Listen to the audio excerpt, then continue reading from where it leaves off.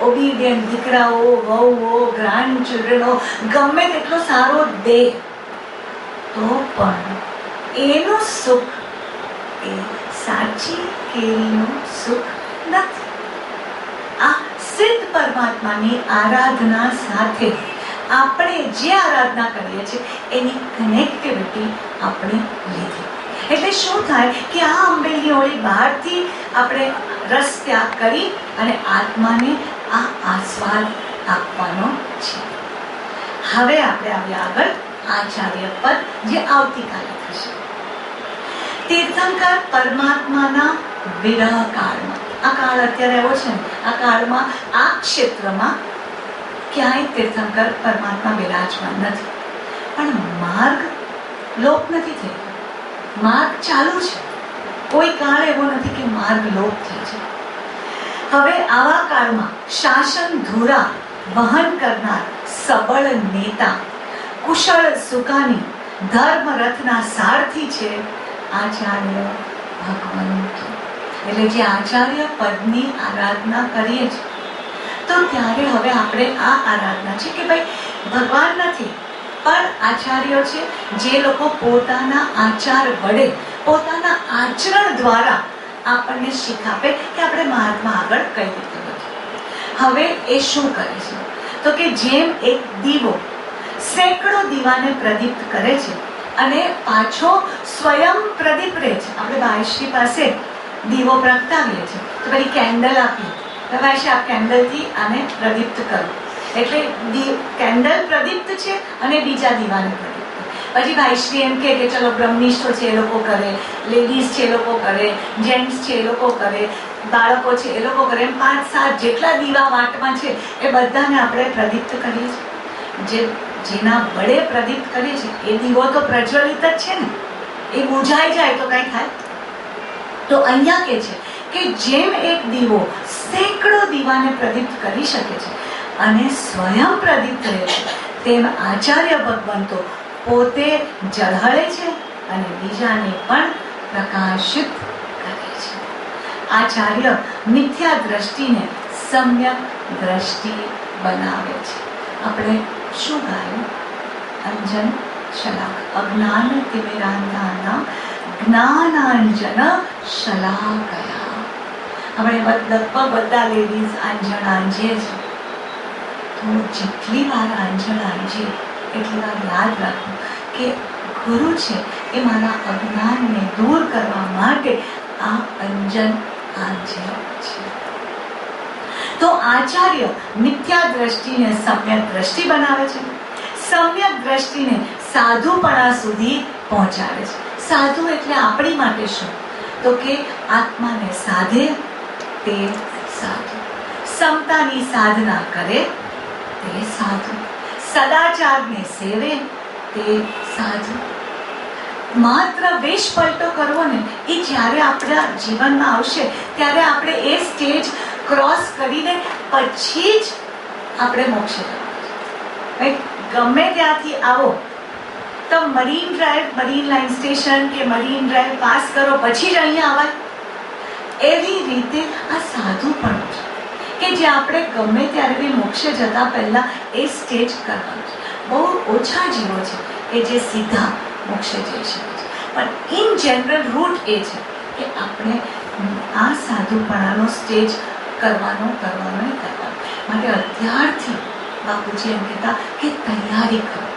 કઈ રીતે તૈયારી કરવાની તો કે જેની સાથે જે ઋણાનુબંધ છે એ પૂરા કરી. સંસારી જીવ લેવા માટે લાવ, પણ સાધક આપવા માટે છે. લે. શરીર માંગે તો તનનું સુખ, મન માંગે તો મનનું સુખ આપો, ધન માંગે તો ધન આપો. તો આ ભાવના અહીંયા છે. તો એ સમ્યક દ્રષ્ટિ, આપણી દ્રષ્ટિ સાચી થઈ છે, આપણને સદદેવ, સદગુરુ, સદધર્મમાં શ્રદ્ધા થઈ છે, એટલે આપણને ક વર્ગનું સમ્યક દર્શન છે, એટલે આપણે પણ સમ્યક દ્રષ્ટિ જીવ થઈ. તો આપણી આચાર્ય ભગવાન આપણને સાધુપણા સુધી લઈ જવા માટે પોતાના આચરણથી આપણને માર્ગદર્શન આપે છે. અસ્થિરને સ્થિર, કારણ કે આપણે શું કરીએ છીએ આ આપણી સાધના જોડે આ ઓળીને જોડવાની કોશિશ કરે. એટલે પહેલી વસ્તુ એ શું કરે છે કે મારી જે દ્રષ્ટિ છે ને એમાં મને આ આત્માને સાધવો છે, આત્માને પ્રાપ્ત કરવો છે. એટલે શરીરને ગૌણ કરવો જ પડે. શરીરને ગૌણ ન કરે તો આત્મા પ્રાપ્ત ન થાય. એટલે શરીરી ભાવ થાય છે તો આપણને આ રાગ, દ્વેષ, કષાય, ઇન્દ્રિયના વિષયો આ બધું થાય છે. પણ જો શરીરી ભાવ ઓછું થઈ જાય તો આ બધી વસ્તુઓ ઓટોમેટિકલી વૈરાગ, ઉપશમ આપણા જીવનની અંદર પ્રાપ્ત. હવે એ વૈરાગ, ઉપશમ એ આપણું સાધન કે આપણે આપણી ભૂમિકા, પાત્રતા એવી તૈયાર કરવી છે કે મને સંસારમાં ક્યાંય રાગ, રુચિ હવે રહી જ નથી. માત્ર સદદેવ, સદગુરુ, સદ્ધર્મ પ્રત્યે રાગ છે. આ મારું સાધુપણું. એટલે આચાર્ય ભગવાન આપણને સાધુપણા સુધી લઈ જાય છે. તો આ વૈરાગ્ય, ત્યાગ અને ઉપશમ આ મારું સાધુપણું. હવે સાધક બન્યા છે તો સાધનામાં શું થાય? તો કે આ આચાર્ય ભગવાન તો અસ્થિરને સ્થિર કરે છે અને જે સ્થિર હોય છે તે સંયમમાં વૃદ્ધિ પામે એ માટે સતત એને પ્રયત્નશીલ રાખે છે. હવે ધ્યાન કરતી વખતે આપણે આ આચરણ કે જો ત્યાં વૈરાગ્ય, ઉપશમ આ મંદ પડ્યા, મોડા પડ્યા એટલે બહિરાત્મ ભાવ મોડો પડશે. બહિરાત્મ ભાવ મોડો પડશે એટલે ભીતર જવાનું મન થશે અને અંદરમાં લાંબો સમય આપણે ટકી શકશું. તો આચાર્ય ભગવાન પાસે આપણને આ શીખ મળે છે કે મારી દ્રષ્ટિ સમ્યક થાય છે.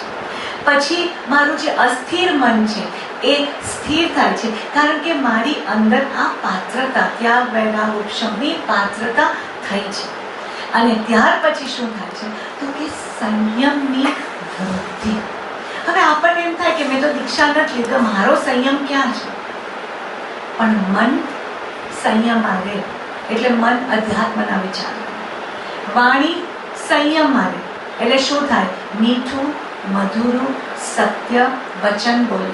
એની સાથે સાથે સમય મળે જેટલો એટલો સમય રિયલ સેન્સમાં મૌન પાડવું. અને ત્રીજું કાયાનો સંયમ. એટલે આપણે શું કરવું તો કે સાધનાની અંદર કાયા બરાબર સ્થિર રહે. તદ ઉપરાંત આખા દિવસ દરમિયાન કાયાને સંયમિત કરવી. એટલે આપણી દિનચર્યા બાપુજી જેવી. અત્યારે આપણે વિચાર કરીએ કે 4 વાગ્યા છે તો પરમ પૂજ્ય બાપુજી ક્યાં હોય તો કે સ્વાધ્યાય કરવા. આપણે વિચાર કરીએ કે સવારે 6 વાગે તો શું થયું તો કે બાપુજી ઉઠ્યા. 10 વાગે ક્યાં હોત તો કે દેરાસરજીમાં. આમ આપણે આટલા વર્ષો થયા બાપુજીને ગયે છતાં આપણે કહી શકીએ કે આ સમયે બાપુજી આ કાર્ય કરતા હોત. આ એમની કાયાનો સંયમ છે. એટલે આ સંયમ આપણે આપણા જીવનની અંદર અપનાવવાનું છે. શરીરને અત્યારે શું છે, આત્માને શરીરે સર્વન્ટ બનાવવાનું છે. પણ હવે આત્મા જાગૃત થઈ જાય તો પછી શરીર જેમ આત્મા કહે ને એ પ્રમાણે એ કરે. જ્ઞાની કે મને ઘડિયાળની જરૂરત નથી, હું ઈચ્છું ત્યારે હું જાગી શકું ને હું ઈચ્છું ત્યારે હું સુઈ શકું. કારણ કે કાયાનો સંયમ. તો આ મન, વચન, કાયાનો સંયમ આ આચાર્ય ભગવાન પાસેથી આપણને શીખ મળે છે. હવે આમાં કાંઈ અઘરું છે, આપણો માર્ગ કેટલો બધો ઇઝી થઈ જાય છે અને કેટલો પ્રેક્ટિકલ છે. એટલે આચાર્યના ચરણ અને સુવચન સુખદાયક બને છે. પછી આવે ચોથું પદ, ઉપાધ્યાય. આચાર્ય સાધુઓના પિતા છે ને, તો ઉપાધ્યાય સાધુઓની માતા છે. આપણને વિચાર છે કે આપણને શું છે કે ઘરની અંદર વિચાર કરે કે આપણા પિતા હોય આપણને આચરણ કે આમ નહીં કરવાનું, આમ કરવાનું, આ બરાબર છે. તો માતા પાસે શું? પ્રેમ. અને એવી રીતે એ આપણને આપણું આખું અસ્તિત્વ છે ને એને ખીલવે છે. તો અહીંયા શું કે છે? સૂત્ર, અર્થ અને સંવેગ વડે આ ઉપાધ્યાય મનને વિશુદ્ધ બનાવે છે. આચાર્ય છે ને એ બાહ્યથી આચરણ કે આઉટસાઇડમાં શું કરે. હવે જે ઉપાધ્યાય છે ને એ અંદર માં શું કે પપ્પા ગમે તે બહારથી જોર જોરથી કે મમ્મી તો ખાનગીમાં જ આવીને કહી છે તો આ પ્રમાણે કરજે તો બધું બરાબર થઈ જશે. હજી તારા પપ્પા ઘરે આવ્યા નથી, જલ્દી આવી જા, એ બધું સેટ થઈ જાય બરાબર. આવી રીતે ઉપાધ્યાય શું કરે છે કે જે સૂત્ર છે ને, જે આગમ છે ને, એના રહસ્ય, એની ચાવી, કે પપ્પાને કઈ રીતે ખુશ રાખવા એની ચાવી મમ્મી પાસેથી મળે. આવી રીતે આગમમાં રહસ્ય ક્યાં છે, એ અંદરનું રહસ્ય, એનું મર્મ, એ આપણને ઉપાધ્યાય ભગવાન સમજાવે. અને શું કે અંદર કઈ દ્રષ્ટિ જગાડે, સંવેગ માત્ર મોક્ષ અભિલાષ. આ ક્યાંય સંસારમાં સુખ રહ્યું નથી. જો વાંચતો ખરા આમાં શું લખેલું છે. આવી રીતે એક એક વસ્તુ આપણને ઉપાધ્યાય સમજાવે. પછી શું કરે, આના કારણે શું થાય, મન વિશુદ્ધ બને. અને જો મન શુદ્ધ થવા લાગે ને તો આત્મા પ્રાપ્ત કરવો બહુ સહેલું થાય છે. કારણ કે મનના જરીએ આપણે આત્મા સુધી પહોંચી શકવાનું છે. મન એ આપણું અલ્લાદીનનું ચિરાગ જેવું છે, કે ચિરાગ છે તો એ ગુફામાં અંદર જઈને આપણને બધું દેખાય. એમ મન સ્થિર થાય, મન વિશુદ્ધ થાય, મન પવિત્ર થાય, મન સૂક્ષ્મ થાય, મન બહિરાત્મ ભાવ છોડે તો અંદરમાં એ જઈ શકે, એનો પ્રવેશ થઈ શકે. તો ઉપાધ્યાય ભગવંતો આપણને આ રીતે સમજાવે છે અને શિષ્યને પુષ્ટ બનાવે અને એને આનંદિત રાખે. માના ખોળામાં હોઈએ તો કેવી નિરામય શાંતિની અનુભૂતિ થાય. આપણે તો બધા જ કોઈ ને કોઈ રીતે આઈધર આપણે માનું સુખ અનુભવ્યું છે અથવા આપણે પોતે માતા બન્યા છે. તો બાળક કેવું આપણા ખોળામાં આવીને બેસે, એને કેવું થાય કે બસ માના ખોળામાં તો નિશ્ચિંત થઈ ગયું છે. આવી રીતે આ ઉપાધ્યાયનું શરણું લઈએ, એમના બોધ વચનો દ્વારા એમને જે રહસ્ય બતાવ્યું છે, એ રહસ્ય દ્વારા આપણે અંદરમાં સ્થિર થઈ શકીએ, અંદરમાં એ નિરામય શાંતિની અનુભૂતિ કરી શકીએ. આ ઉપાધ્યાય પદ આવે ત્યારે એ દિવસે આપણે આ નિરામય શાંતિની અનુભૂતિ કરીએ, ગુરુમાને યાદ કરીએ અને એમના મૌનને આપણે યાદ કરીએ, એમની શાંતિ, એમના આનંદને, એમની પ્રસન્નતાને આપણે યાદ કરીએ.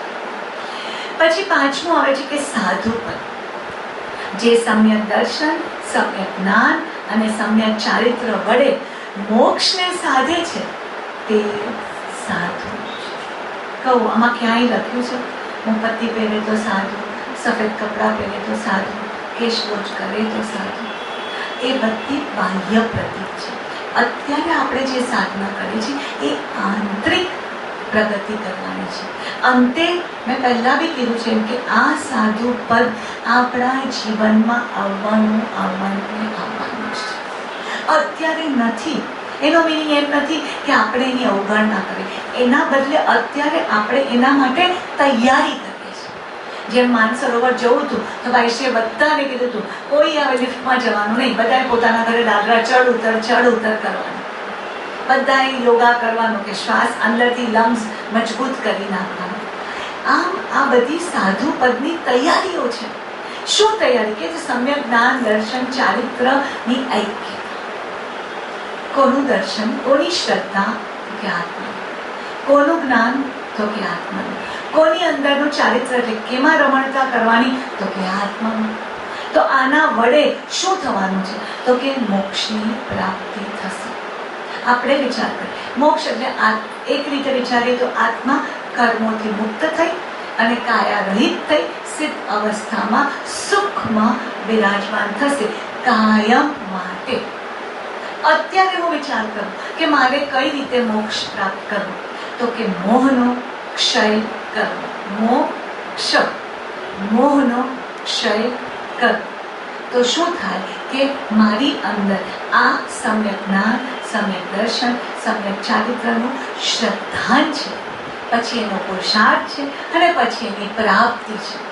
તો સદેહ હું આ મુક્તિની અનુભૂતિ કરી શકીશ, કારણ કે મારો મોહ એટલો બધો પાતળો પડી ગયો. અને જેમ બાપુજી આપણા આશ્રમમાં છે કે દર્શન મોહ કઈ રીતે, કાલિદાસભાઈ અને બાપુજીનો પ્રસંગ આપણને બધાને ખબર છે કે દર્શન મોહ પર પહેલો મારો મારવાની જરૂર છે. તો આ સાધુ પરથી આ જેટલું મને આંખેથી દેખાય છે, કોઈ પણ વસ્તુનો મારે મોહ કરવો નથી, ઓર મોહથી મારે કોઈ વસ્તુ જોવી નથી.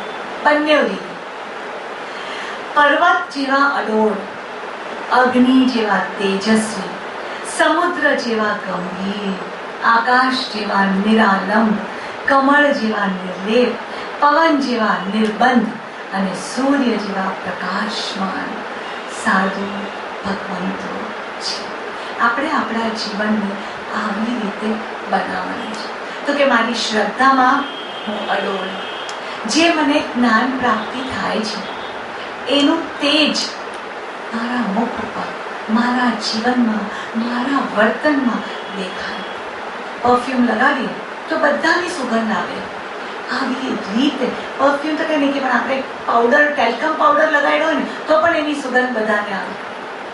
તો આ તો આત્મજ્ઞાનની સુવાસ છે, એનું તેજ છુપ્યું રહે છે. પછી આપણે વિચાર ગંભીરતા. આ ગંભીરતા આપણે આપણા જીવનમાં, સ્ત્રી પ્રકૃતિ છે બહુ ચંચળ છે. આ ચંચળતાને દૂર કરવા આપણે ગંભીર. હવે એનું એક લેસન વિક્રમ હંમેશા, કોઈ પણ વસ્તુ બને ને એનો પ્રતિસાદ આપવો નહીં. 5 મિનિટ પછી આપ, નવકાર મંત્ર ગણીને પછી આપ. એટલે થોડી ગંભીરતા આપણા જીવનમાં આવી છે. Wait, don't answer.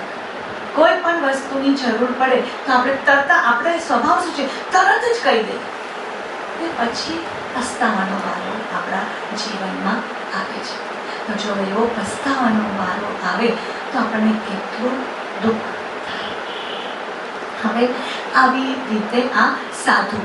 પછી એ શું કહે છે, આકાશ જેવો નિરાલો, વિશાળ થઈ જવાનું, ક્યાંય બી સંકુચિતતા આપણે રાખવાની નથી. કમળ જેવા નિર્લેપ, આપણા જીવનની અંદર જરા કોઈ કાંઈ કીધું, મને એને આમ કીધું અને 10 વખત તો આપણે એનો ચર્ચા વિચારના અપિષ્ટ ક્લેશન એનું ચાલે, પણ આત્માને કાંઈ ફરક પડતો નથી. આ હું નિર્લેપ છું એવો ભાવ આપણે આપણા જીવનની અંદર ધીમે ધીમે, આજ તરત આજે આપણે વિચાર્યું અને કાલને કાલ એવું નથી થઈ જવાનું, પણ સ્લોલી આપણે આ ભાવને આપણા જીવનમાં લાવી શકીએ. આવી રીતે સાધુ ભગવંતો પોતાનું જીવન જીવે છે. અને સાધુ પદથી મારે મારા જીવનની અંદર સૌથી મોટું વસ્તુ શું કહેવાય કે શ્રદ્ધા મજબૂત કરી દેવાની છે. ત્યાર પછી શું કરવાનું છે તો કે જે જ્ઞાન છે એ જ્ઞાનની અંદર મારે વધુ ને વધુ સૂક્ષ્મ થવું. અને ત્રીજી વસ્તુ ગંભીર બની છે. ધીરજ ગુણને કેળવવો જરૂરી છે. પછી છઠ્ઠું આવે છે દર્શન પદ. દેવ ગુરુ ધર્મ ઉપર અનન્ય શ્રદ્ધા, પ્રીતિ, બહુમાન તે વ્યવહાર સમ્યક દર્શન છે. આપણને બધાને આ વ્યવહારથી સમ્યક દર્શન છે. વિચાર કરો કે આપણે ક્યાં છીએ. અનાદિથી મિથ્યાત્વમાં રખડતા રઝળતા, આમ ફરતા ફરતા અલગ અલગ શરીરો ધારણ કરતા કરતા કરતા અત્યારે આપણને આ લોટરી લાગે છે, સમ્યક દર્શન.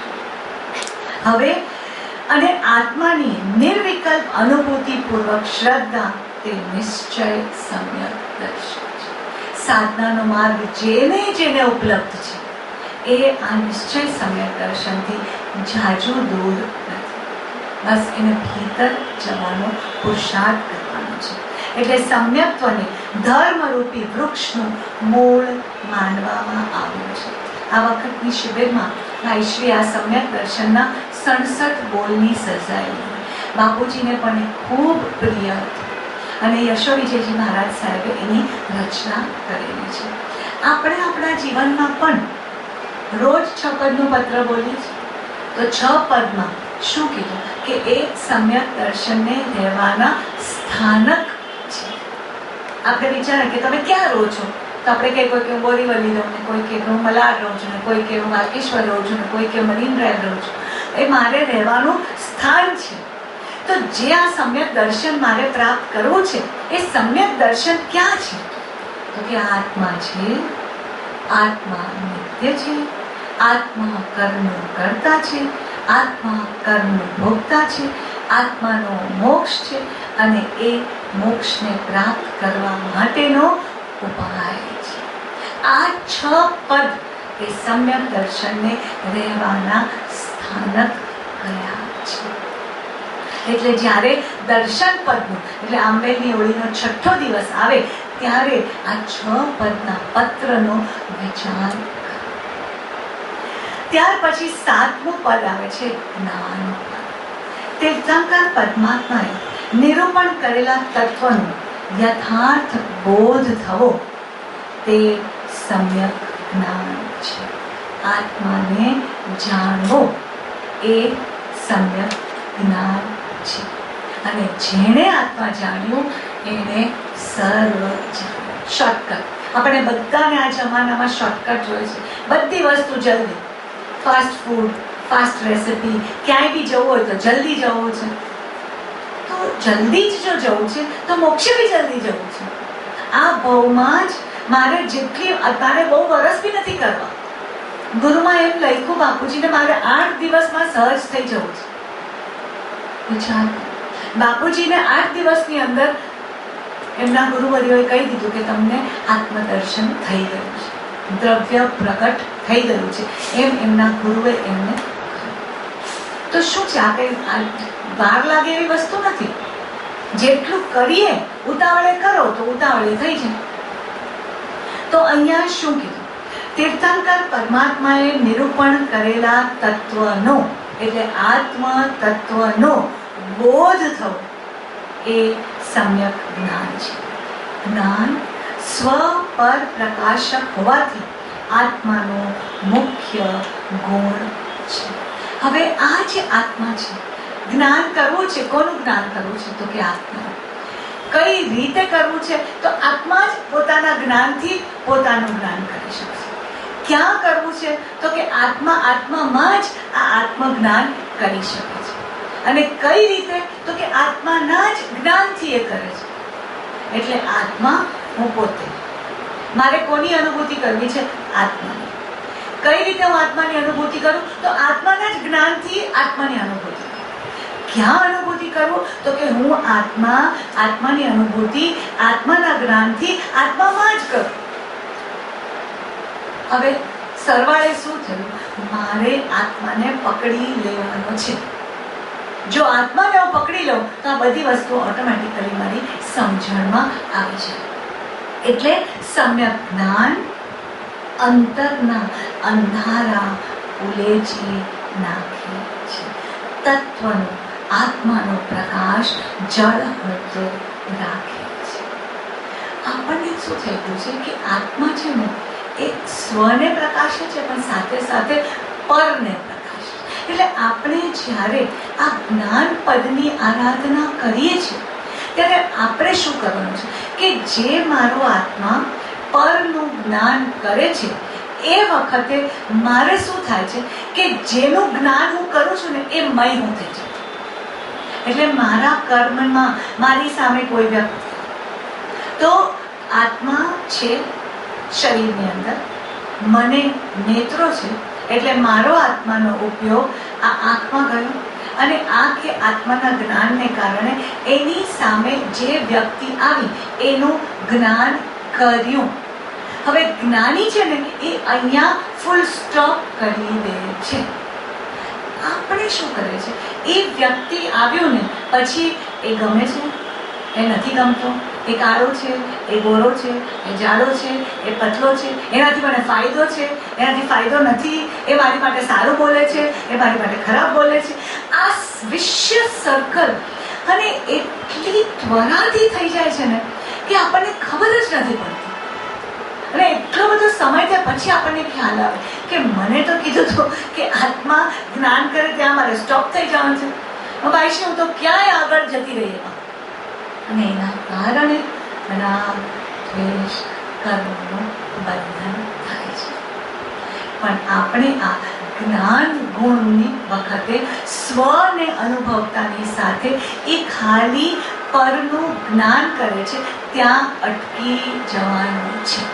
એટલે વસ્તુ આવે, વ્યક્તિ આવે, પરિસ્થિતિ આવે ત્યારે મારી અંદર આત્મા છે તો મને એનું જ્ઞાન થાય છે. એ ત્યાં મારે અટકી જવાનું છે.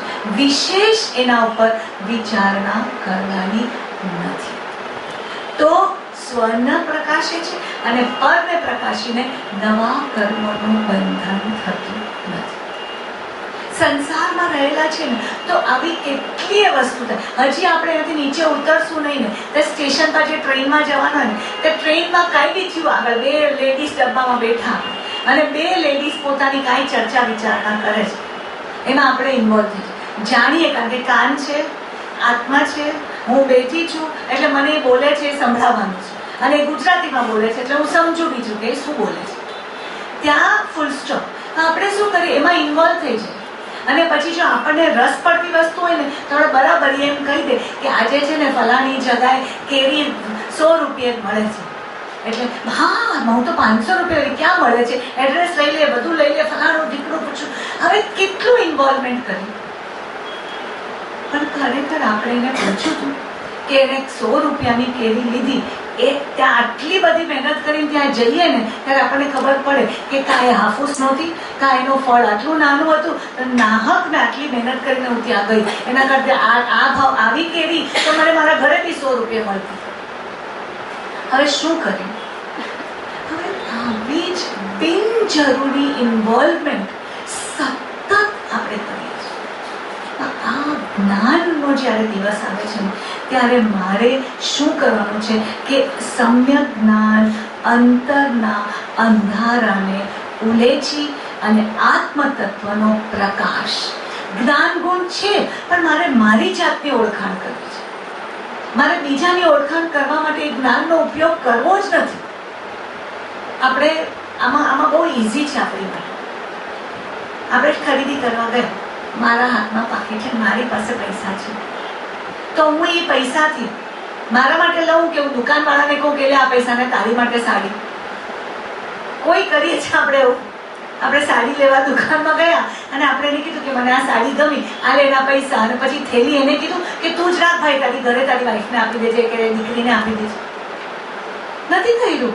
આપણે આપણી મૂડી આપણા માટે વાપરીએ છીએ.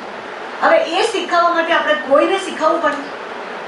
બસ આ જ જ્ઞાન છે. મારા આત્માનું જે જ્ઞાન છે, જે મૂડી છે એ મારે મારા આત્માને શુદ્ધ કરવા માટે વાપરવી છે. નહીં કે હું બીજાનું જ્ઞાન કરું ને બીજાને શુદ્ધ કરવા છે. આ જ્ઞાન પદની આરાધના કરવાની છે.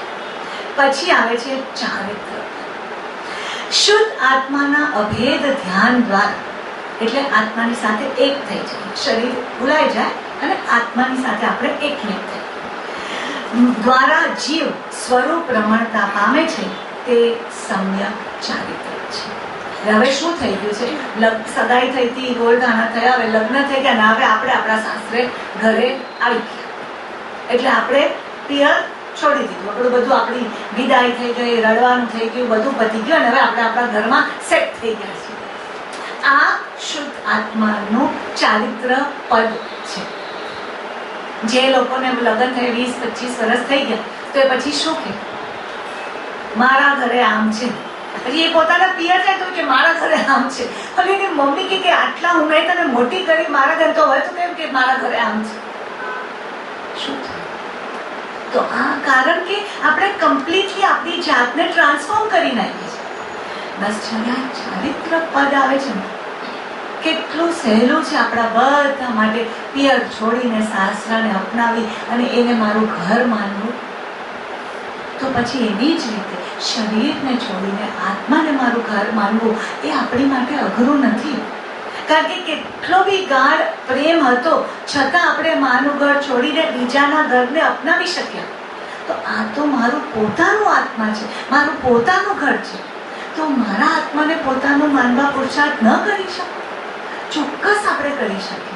આપણી માટે તો બહુ સહેલું છે. તો અહીંયા આ શુદ્ધ આત્માના અભેદ. ત્યારે મારે ખાલી શું કરવાનું છે? આત્મા હું છું, હું આત્મા છું. હું કે બાપભાઈ છે કે હું કેવળ જ્ઞાન સ્વરૂપ આત્મા છું. રસિકભાઈ કે હું આત્મામાં રમવાનું છું. બાપુજી કે સોહમ સોહમ સોહમ, હું એ ભગવાન આત્મા છું. આનું રટણ કરી રાખવાનું છે. લગ્ન ને પછી આપણી સહીઓ બદલાઈ જાય છે. કોઈ મેડન નેમ પર સહી કરે, અત્યારે બેંક એકાઉન્ટ હોય, ચેકબુક હોય, કોઈ પાસપોર્ટ હોય, કોઈ જગ્યાએ ફોર્મ ભરવાનું હોય, બધે આપણું નામ બદલાઈ ગયું. બસ આટલું જ કરવાનું છે. હવે હું આત્મા છું, હું શુદ્ધ આત્મા છું, હું જ્ઞાન સ્વરૂપ આત્મા છું, હું સુખ આનંદ સચ્ચિદાનંદમય આત્મા છું. બસ આ ભાવ એ સમ્યક ચારિત્ર છે. કારણ કે એ મને મારું સ્વરૂપ ખબર છે અને હવે હું મારા ઘરમાં રહું છું. ચારિત્ર એ જીવનનો સાર છે, જીવનરૂપી મંડપનો માણેક સ્તંભ છે. પ્રતિગંબરના મંદિરોમાં જઈએ તો બહાર સ્તંભો એક પ્રતીક છે. આ ચારિત્ર આવું મારે બનવું છે, મારા પોતાના આત્મ સ્વરૂપમાં રહેવું છે. હું જ્ઞાન કરું છું, આત્મા છે તો જ્ઞાન થાય છે. મારો ઉપયોગ, આત્માનો ઉપયોગ લક્ષણ છે તો હું બધું કાર્ય કરી શકું છું. હું અત્યારે બોલી શકું છું, તમે અત્યારે સાંભળી શકો છો. ઉપયોગ, જરા ઉપયોગ બહાર ગયો, અત્યારે બેલ વાગી, કાન છે સંભળાય, અને જો આપણો ઉપયોગ એ તરફ ગયો તો જે શબ્દો બોલાય એ શબ્દો નહીં સંભળાય. કારણ કે એ વખતે આપણે જોવા ગયા કોણ આવ્યું, કંટાળો આવ્યો તો આપણે ઘડિયાળમાં જોડે 4:15 થયા, ક્યારે 4:30 વાગે પૂરું થઈ જાય, બહુ થયું. તો શું થયું? ઉપયોગ સ્વાધ્યાયમાંથી નીચે ગયો. જ્યારે એ જાય છે ને ત્યારે વિચાર કરવાનો છે કે આત્માની અંદર આ ઉપયોગ આત્માનું લક્ષણ છે. એટલે હરેક કાર્ય કરતી વખતે આત્મા છે તો જ્ઞાન થાય છે, જ્ઞાતા, અને આત્મા છે તો હું એ કાર્ય કરી શકું છું ઉપયોગને કારણે. આ ચારિત્ર પદ છે. આત્મ સ્વભાવની રમણતા. અનુભૂતિ ન હોય તો ડઝન્ટ મેટર. મહેર્ષિને તો જોઈએ છે, એ આત્માને અનુભવે છે. તો આપણે આપણો મન, આપણો ઉપયોગ, આપણું જ્ઞાન એમનામાં રાખીએ, ગુરુમાં રાખીએ, વિતરાગ પરમાત્મામાં રાખીએ, પરમ કૃપાળુ દેવમાં રાખીએ તો એ પણ ચારિત્ર પદ છે. કારણ કે આપણે શુદ્ધનું અવલંબન લીધું છે. અને સાધનાનો માર્ગ બી આપણી પાસે છે કે આપણે સાધનામાં પણ સ્થિર રહી શકીએ. તો આ ચારિત્ર પદ છે. પછી 9મું પદ આવે છે, છેલ્લું પદ તપ. ઈચ્છા નિરોધ એ તપ. જે કર્મને તપાવી ખેરવી નાખે છે એને તપ કહેવાય. તપ શું કરે છે? તપ. અને તપના તેજથી શું થાય છે? તો કહે છે કે મારા કર્મ ખરી જાય છે. હવે આવા જે તપ છે, 6 બાહ્ય 6 અભ્યંતર. આપણે વિચાર કર્યો છે કે આ આરાધના મને આ માર્ગમાં કઈ રીતે આગળ વધારે. એ જે દિવસે તપ છેલ્લો દિવસ આંબેલની હોળીનો આવે, પારણાની આગલો દિવસ, ત્યારે મારે આખો દિવસ ઈચ્છાનો નિરોધ કરવો. મન છે ને એટલે ઈચ્છા કરવાની, પણ મન ઈચ્છા કરે ત્યારે મારે આ તપ કરવું. મારી ઈચ્છા કરવાની નથી. મારે સ્વરૂપની અંદર સાધન ઉપર, સદગુરુ ઉપર, સદગુરુએ આપેલ કોઈ સુવાક્ય ઉપર, વિક્રમે ગાયેલ કોઈ ભજન ઉપર, જે પણ સહેલાઈથી મને યાદ રહે. કાંઈ નહીં તો નમો બાપુજી સંસારમાં રહેતા, અને સંસારની અંદર ઘર છે, પરિવાર છે, કોઈની પેઢી પર ગયા, આપણે મુમુક્ષુઓના ઘરે ગયા, ક્યાંય બી કંઈ પણ અનબન ચાલે ને, બાપુજીના મોઢામાંથી શું નીકળે? નમો. આટલું શું થયું કે એમનો ઉપયોગ છે ક્યાંય બી બહાર જે બી બને છે એમાંથી એમને વાળી અને અજ્ઞાન પરમાત્મામાં નમસ્કાર ભાવ કરી અને એ દ્રષ્ટા બનીને રહે. એટલે પછી કાંઈ પણ પરિસ્થિતિઓ એમાં ક્યાંય ભળી નથી. કારણ કે એમને એક અવલંબન મળી ગયું છે. હું પકડીને અહીંયા ઊભી રહેજો, મારે ત્યાં જવું નથી, મારે એમાં ભળી જવું નથી. આવી રીતે ઈચ્છા ઊભી થાય એટલે આપણે એને કહેવું મારે તારામાં ભળી જવું નથી. આજનો દિવસ કમસે કમ તો ઈચ્છા નહીં જ કરું. એટલે આંબેલની હોળીના છેલ્લા દિવસે આપણે આ ઈચ્છા નિરોધ તપ આચરવું. હવે અનાદિકાળથી આત્મા સાથે અનંત પ્રકારના મલિન કર્મો લાગેલા છે. એ તપ દ્વારા તપ્યા પછી આત્મ પ્રદેશથી છૂટા પડે છે એની નિર્જરા થાય છે. ઘણી વખત જેમની બોટલ આવે ને એકદમ ટાઈટ, પછી ખુલે નહીં, હવે ટ્રાય કરીએ ખુલે. પછી મમ્મી એક વખત એટલું મમ્મી કે એક કામ કર, જા ગેસ પાસે જા, જરા તપાવી દે. હવે જરા તપાવી તો ફક્ત એની ખુલી ગઈ. આ શું છે ભાઈ? ત્યારે તરત જ વિચાર આવે આપણને કે કેવું સહેલું છે કર્મને દૂર કરવું. આ જરા તપનો તાપ ડાયગો તો કર્મ આત્માથી છૂટું પડી ગયું, ઢાંકણ બોટલથી છૂટું પડી ગયું. કેટલું સહેલું છે. હવે એની અંદર આપણને શું કીધું? બસ મારી ભીતર કોઈ ઈચ્છા જાગે તો એ ઈચ્છાને મારે શમાવી દેવી, ઉપશમાવી દેવી. આ તપ નિયમિત આ 12 મહિના 24 કલાક ઊંઘમાં જાગતા, સૂતા, હરતા, ફરતા, નહાતા, ધોતા, રસોઈ કરતા ગમે ત્યારે કરી શકે. આ તપ માટે કાંઈ ફિકર કરવાની જરૂર નથી. કોઈ પચખાણ, કોઈ આજ્ઞા, એવરીથિંગ આ તપમાં ગમે ત્યારે કરો. અત્યારે જ ભગવાને કહી દીધું કે આ તપ છે એને આપણને જા જીવ પચકાણ લઈ લઈએ કે ઈચ્છા થાય ને મારે એને રોકવાની કોશિશ કરવી, ઉપશમાવવાની કોશિશ કરવી. તો અનાદિકાળથી આત્મા સાથે અનંત પ્રકારના મલિન કર્મો લાગેલા તે તપ દ્વારા તપ્યા પછી આત્મ પ્રદેશથી છૂટા પડે છે, નિર્જરા થાય છે અને શુદ્ધ દશા પ્રગટ થાય છે. આવી રીતે આપણે વિચારવું છે. હવે વિચારો, કોઈ દિવસ આપણે આ દ્રષ્ટિકોણથી આંબેલની ઓળીનો વિચાર કર્યો. આ બાપુજીએ આપણા ઉપર કેવી કૃપા કરી છે અને આપણા આશ્રમમાં હજી આ પ્રણાલિકા વ્યવસ્થિત રીતે ચાલે છે. 6 વીઘાનો ત્યાગ, પણ એની સામે 9 આત્માનો આસ્વાદ. એટલે છોડ્યું થોડું અને પામ્યું બધું. હવે આપણે આ તો આપણને બધાને ખબર છે કે સેલમાં ઓછા પૈસે વધુ વસ્તુ મળે એટલે બરાબર આપણું ચાલે. અત્યારે રોજ છાપામાં આવે ને summer sale, summer sale, summer sale. એમ આપણી માટે આ આંબેલની હોળી 6 વીઘાનો ત્યાગ, 9 આસ્વાદ. આત્માને ઉન્નત કરવા માટે, આત્માનો વિકાસ કરવા માટે.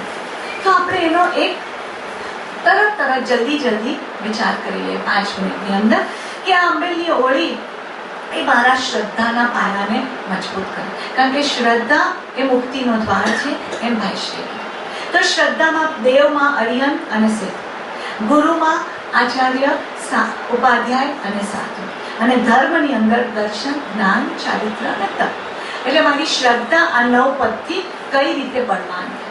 પછી જ્યારે અરિહંત પદ આવે છે ત્યારે હું મૈત્રી ભાવના, પાપનો નાશ અને એવી જ રીતે અંતર્મુખ થવા માટેની વૃદ્ધિ થાય એ માટે ઉપશમ, ત્યાગ, વૈરાગ્ય આપણા જીવનમાં આપણે ખીલવવા. પછી સિદ્ધ પદ. સિદ્ધમાં શું થાય છે? એમણે શું કર્યું?